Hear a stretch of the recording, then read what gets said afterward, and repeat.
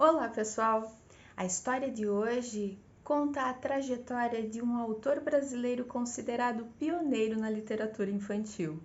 Nossa história de hoje é a respeito de José Renato de Monteiro Lobato. Eu sou a professora Andréia e vou contar para vocês a história de um menino muito travesso, de um homem rebelde, ousado, um tanto quanto arrogante, mas destemido. José Renato de Monteiro Lobato nasceu em 18 de abril de 1882. Ainda eram tempos da escravidão. Talvez esse traço do seu passado tenha ficado tão fortalecido com suas relações sociais que ele foi muito refletido em sua obra A Caçada de Pedrinho. Essa obra foi inclusive denunciada pelo movimento negro brasileiro por ser racista. Porém, peço desculpas pelo autor, se isso me cabe, e peço licença para falar da vida desse autor para além desse momento e de uma carta infeliz escrita a um amigo onde ele elogiava a Ku Klux Klan, que é uma organização que existe nos Estados Unidos e que persegue os negros. Gostaria de ter começado de uma maneira mais positiva, mas antes mesmo que alguém pudesse se levantar, coloquei os fatos.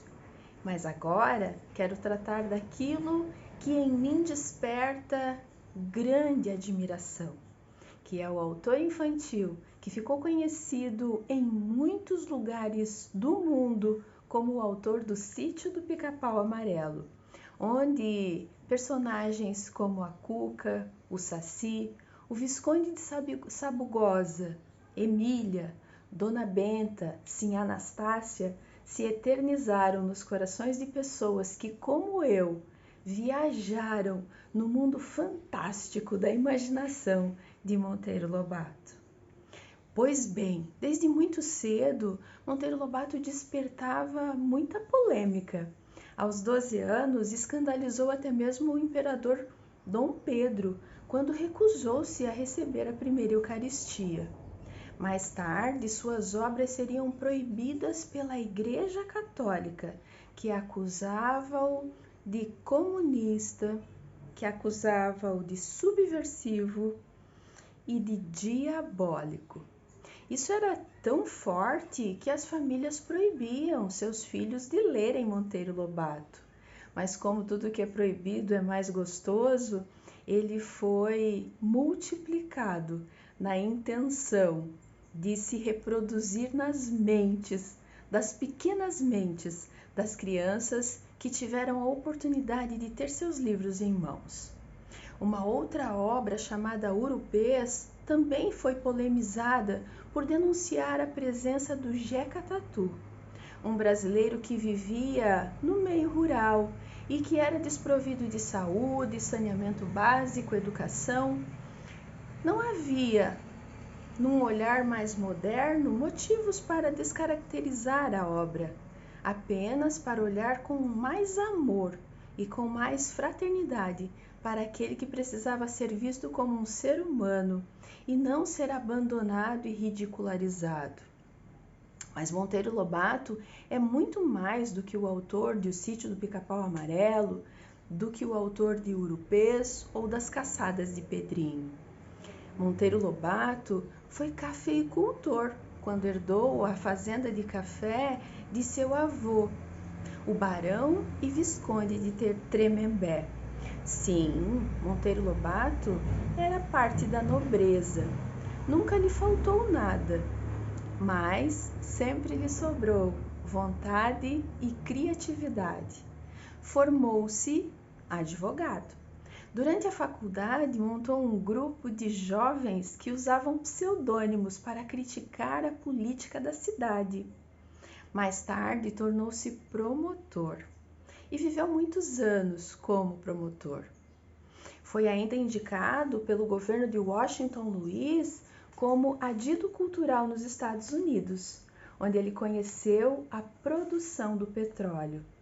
Olhando para tudo aquilo e vendo a prosperidade que essa descoberta poderia trazer a qualquer país, quando voltou ao Brasil, iniciou a exploração do petróleo. Sim, Monteiro Lobato foi o pioneiro nessa intenção de encontrar petróleo no subsolo brasileiro. Porém, faltaram-lhe brocas e sobraram boicotes estrangeiros. Foi inclusive preso. Ficou 4 meses na cadeia. Durante o Estado Novo, no governo Getúlio Vargas, ele foi preso.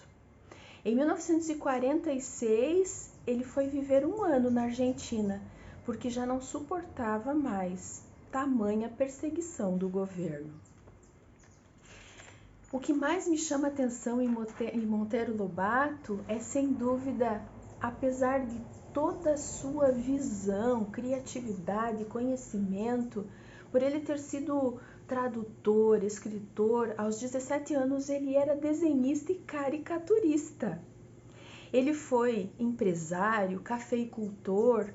Tudo isso me despertou bastante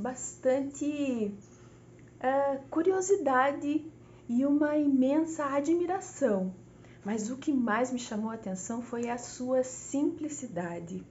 Ele amava o milho e ele levava a cultura do milho por onde ele ia. E seu prato preferido era a pamonha.